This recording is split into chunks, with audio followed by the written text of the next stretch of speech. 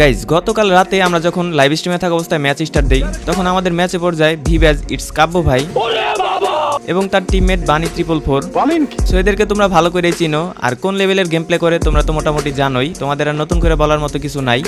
যখনই গাইজ আমাদের টিমমেট দেখতে পাচ্ছে যে কাব্য ভাই কিল করতেছে তখনই গাইজ এক একজনের বিচি লক হয়ে গেছে। সো সেই লক ছোটানোর জন্য গাইজ আমি উডপিকার খুঁজতেছিলাম জানে আমি বানির বিচি লক করে দিতে পারি, কিন্তু গাইজ দুঃখের বিষয় হচ্ছে এখানে আমি কোনো জায়গায় উডপিকার খুঁজে পাইতেছিলাম না। যাই হোক গাইজ মজা করতেছিলাম, বানি কিন্তু উডপিকার ডোপি লেভেলের গেম প্লে করে, মানে যাই মারে সবই মাথায় লাগে। সেটা বড় বিষয় নয়, বড় বিষয় হচ্ছে গাইজ আমরা কাব্য ভাইয়ের স্কোয়াডকে যেমনি খুঁজে বের করবো আর তাদের সাথে ফাইট নিব। সো গাইজ এখান থেকে আমি মোটামুটি লুটপাতি করে আমি আর মেহেদি কিন্তু পেকের উদ্দেশ্যে রওনা হয়ে যায়, কারণ পেকের দিকে আমাদের কাব্য ভাই থাকার চান্স সবচেয়ে বেশি, যেহেতু গাইজ তারা মোটামুটি রাশি খেলে। সো গাইজ পেকের দিকে থাকার একটা চান্স আছে, আর না হইলে গাইজ ব্লু জোনে আছে, দুইটার এক জায়গায় কাব্য ভাইয়ের খুঁজে পাওয়া যাবে। এখানে গাইজ একটা এনিমি নেই আর কাব্য ভাইয়ের কিভাবে পাবো বলো? ওইদিকে মেহেদি বলতেছে একটা এনিমি আছে মনে হয়। যাই হোক গাইজ আমরা ওইখানে যাই দেখি যে এনিমি আছে কিনা কোনো একটা। ওকে অলরেডি কিন্তু আমাদের তিহান আর মাহফুজ কিন্তু রাজ দিয়ে দিছে আর মারাও শুরু করে দিছে। ভাই আমি যখন এগেছি তখন দেখি নগদের নক করে দিছে। ভাই ওইটা যখন নক করছে আমি এখান থেকে আমি চলে যাওয়ার সময় দেখি আমার আবার ফায়ার করতেছে। ওকে আর আমাদের মেহেদি বলতেছিল যে এটা হ্যাকার পড়ছে ভাই, পরে যে আমি একটা নক করি সাথে সাথে গেছে আমারও নক করে দেয়। মানে কি বলবো, যাই হোক মানে কি আর বলবো, এইটাই গাইস হ্যাকার ছিল, যেটার কথা আমি মনে মনে ভাবতেছিলাম যে আমাদের ম্যাচে এতগুলা পিসি প্লেয়ার পড়ছে কিন্তু এখন একটা হ্যাকার পড়ে নাই। হ্যাকারের নামটা গাইস আমার মনে নাই, মনে হয় যে ফাটাকিষ্ট ছিল। সবাইরে চান্দের দেশে পাঠিয়ে দেওয়ার পর আমাদের টিমমেট হিসেবে বাইসে ছিল হচ্ছে রাসেল ভাইপার।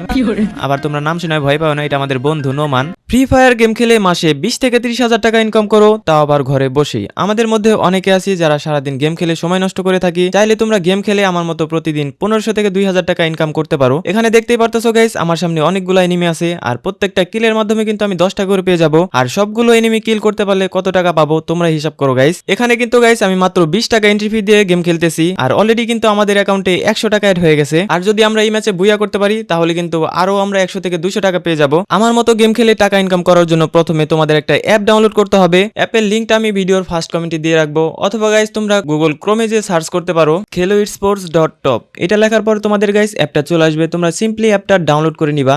এরপরে গাইস তোমাদের অ্যাপটা ইনস্টল করা লাগবে।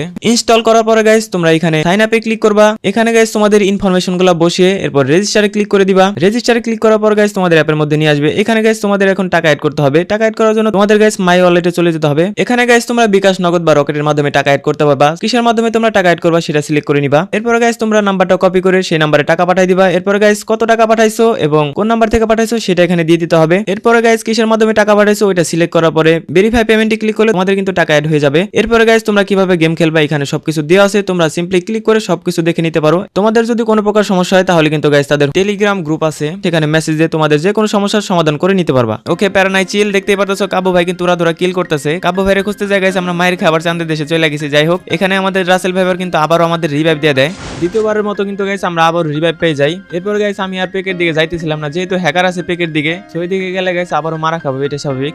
এখানে দেখতেই পারতেছো আমার মোটামুটি কিন্তু লুট কমপ্লিট আর আমি এখানে কিন্তু অনেকক্ষণ পর একটা উডপিকার পেয়ে গেছি। ফার্স্টের দিকে গাইস আমি অনেক উডপিকার খুঁজতেছিলাম কিন্তু উডপিকার আমি পাই নাই। যাই হোক গাইস এবার আমি উডপিকার পেয়ে গেছি, কিন্তু উডপিকার যে আমি বানির সামনে চালাবো। যাই হোক দেখতে পারতেছো BD7 নাকি এটা কি আমি জানি না। ও ভাই কাবু ভাইরে কিন্তু অলরেডি মাইরা দিছে আর ওরা ধরা সবাই কিল করতেছে আর এখনো কিন্তু 32 জন এনিমি লাইভ আছে। মোটামুটি এনিমি লাইভ আছে এই ম্যাচে, খুব একটা বেশি নাই। যে ম্যাচে গাইস বাংলাদেশ টপ 1 পরে ওই ম্যাচে সবচেয়ে বেশি এনিমি লাইভ দেখছি আমি। সো গাইস আমরা ঘুরতে ঘুরতে হাঁপাই গেছি কিন্তু আমরা কাবু ভাইয়ের স্কোয়াডের খুঁজে পাইতেছি না, বানি 444 পাইতেছি না। আমরা ভাবছিলাম যে গাইস দুইটা ভিভাস পড়ছে না, দুইটা ভিভাস রে যেমনি হোক আমরা মাইরা দিব, কিন্তু গাইস আমরা এনিমি পাইতেছিলাম না। আর এদিকে দেখো বানি 444 উড়াধুরা কিল করতেছে। কাবু ভাই কিন্তু গাইস উড়াধুরা কিল করতেছে। দেখা যাক আমরা কাবু ভাইয়ের খুঁজে পাই কিনা কোনো জায়গায়। যাই হোক সামনে মনে হয় যে কাবু ভাইয়ের স্কোয়াডটা আছে। আমাদের টিমমেট বলতেছিল গাইস সামনে নাকি কাবু ভাই থাকতে পারে।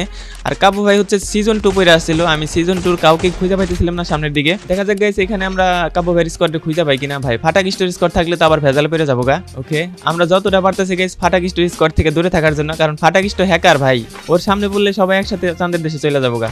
ওকে আমি গুলাল ফালাই যাইতেছি ভাই, কাব্য ভাইয়ের স্কোয়াড যদি সামনে থাকে। তো আমাদের পিছন থেকে বলতেছিল যে কাব্য ভাই পিছনে আছে, আমাদের মেহেদি বলতেছে। তো গাইস ওরা ধরো বডি খাওয়ার পর আমরা এখানে দেখতেছো গুলাল ফালাই দিছি। তো গুলাল ফালানোর পর আমি ওয়েট করতেছিলাম যে কোন জায়গা থেকে কাব্য ভাইয়ের স্কোয়াড এসে আবার মাইরা টেরা না দেয়, কারণ ওদের টিমে হচ্ছে বানি 444 আছে, যে কোনো জায়গা থেকে আমাদের ওয়ান ট্যাপ মাইরা দিতে পারে। এর জন্য সেফটিতে খেলতেছিলাম। দেখতে পারতেছো গাইস কাব্য ভাইয়ের কিন্তু মেহেদি মাইরা মাইরা দিছে আর মাইরা নাকি লল দিছে ভাই, মানে কি আর বলবো, কাবু ভাইরেও লল দিয়ে দিছে আমাদের স্কোয়াডমেট। ওকে, যখনই গাইস আমি সামনেটারে ফায়ার দিতেছিলাম মানে ক্লিয়ার দিতেছিলাম, তখনই আমার ফাটাকিস্ট মেরা দেয়, মানে হ্যাকার গাইস, যেটার ভয় ছিলাম গাইস, এতক্ষণ আমরা লুকাই লুকাই খেলতেছিলাম, ওইটাই আমাদের মাইরা দিছে দেখছো। যাই হোক, আমাদের একা বাইচা ছিল হচ্ছে লাস্টের দিকে রাসেল ভাইপার, আর আমাদের সবাইকে ফাটাকিস্ট মেরা দিছিল মানে হ্যাকারটা। দেখা যাক গাইস আমাদের নোয়ান কি আমাদের রিভাইভ দিতে পারে কিনা, মানে রাসেল ভাইপার। যাই হোক, ওরেও মারতেছিল অনেক কষ্টে, কিন্তু আমরা আবারও রিভাইভ পাওয়া যাই। রিভাইভ পাওয়ার পরে গাইস আমরা যাচ্ছিলাম হচ্ছে মার্স ইলেকট্রিকের দিকে। যেহেতু গাইস এই জায়গাটায় জোন পড়ছে, সেহেতু আমাদের কাব্য ভাইয়ের স্কোয়াড এই জায়গায় থাকার কথা। দেখা যাক গাইস আমরা লাস্ট পর্যন্ত টিকা থাকতে পারি কিনা, আর কাব্য ভাইয়ের স্কোয়াডটা ওয়েট আউট করে দিতে পারি কিনা। দেখো গাইস আমি একদমই কিন্তু কোনার দিকে ল্যান্ড করছি, যেন আমার সহজে না মারতে পারে। আর দেখতে পারতেছো মেহেদিরে কিন্তু আবার মাইরা দিছে, আর কাব্য ভাই মারছিল, কাব্য ভাই মাইরা নাকি মেহেদিরে লল দিতেছিল গাইস, মানে কি আর বলবো। যাই হোক, এদিকে দেখতে পারতেছো ওই যে সিজন 2 কাব্য ভাই যাইতেছে, দেখছো ওইটা হচ্ছে বানি 344 ছিল। আমি বানি 344 মোটামুটি ড্যামেজ দিছি, আর কাব্য ভাই কিন্তু ভিতরে ঢুকে গেছে। দেখা যাক গাইস বানিরে কিন্তু আবারও মাইরা দিছে, ভিতর থেকে কিন্তু গাইস বানিরে মাইরা দিছে। আর তিহানটাও ভিতরের দিকে ঢুকে গেছিল, মানে তিহান একা বাইসা ছিল। আমার গাইস কভার দিতে বলতেছিল, কিন্তু গাইস আমি অনেক দূরে ছিলাম, তো গাইস আমি দূরে ছিলাম দেখার কভার দিতে পারি নাই। এরপরে গাইস আমি যখন এইদিকে আসি, আমি ভাবছিলাম যে এখানে কাব্য ভাই আছে রিভাইভ টিভাইভ দিতেছে, কিন্তু গাইস বলতে না বলতে কাব্য ভাইরে মনে হয় আবারও মাইরা দিছে। ওকে, আমি আর তিহান গাইস এখানে উড়া দুরা স্প্যাম দিতেছিলাম, একটা হচ্ছে গ্লোয়ালের ভিতরে আটকে গেছিল এটারে মারার জন্য, কিন্তু গ্লোয়াল ফাটানোর পর দেখি গাইস এটা কাব্য ভাই না, এটা অন্য স্কোয়াডের একটা প্লেয়ার। ওকে, মোটামুটি এই জায়গায় আমরা উড়া ধরা ফাইট টাইট করতেছিলাম, আর ভয় পাইতেছিলাম কখন গাইস আমাদের ওয়েবটা আউট করে দেয়। সো দেখতেছো গাইস আমাদের তিহানটা কিন্তু অলরেডি মাইরা দিছে, তিহানটা মনে হয় ফাটাকিস্ট ডাউন করে দিছে। যাই হোক, আমি এটা ক্লিয়ার দিয়ে দিলাম গাইস, আর হইতেছে গাইস আমি তিহানটা রিভাইভ দিয়ে দিলাম। আমরা গাইস চিন্তায় আছি হচ্ছে কাব্য ভাইরে মারতে পারবো কিনা, দেখছো তিহানটা কিন্তু আবারও ডাউন করে দিছে। ওকে ভাই, ফাটাকিস্ট নাই রে কারা, গ্রিন নিনজার আমি মেরে দিছি, এটাও স্নাইপার চালাইতেছিল।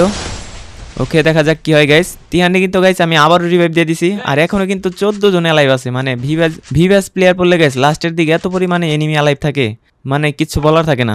যাই হোক গাইস, আমি এখান থেকে বাইরে হতে চাইছিলাম, কিন্তু গাইস দেখতে পারতো সেখানে দুইটা বৈশা রয়েছে, আর যখন আমি ফায়ার দেই আমার কিন্তু চাঁদের দেশে পাঠায় দেয়। আর লাস্টে বাইসে ছিল হচ্ছে আমাদের মেহেদি, কারণ তিহান মেহেদির লাস্ট পর্যন্ত রিভাইভ দিতে পারছিল।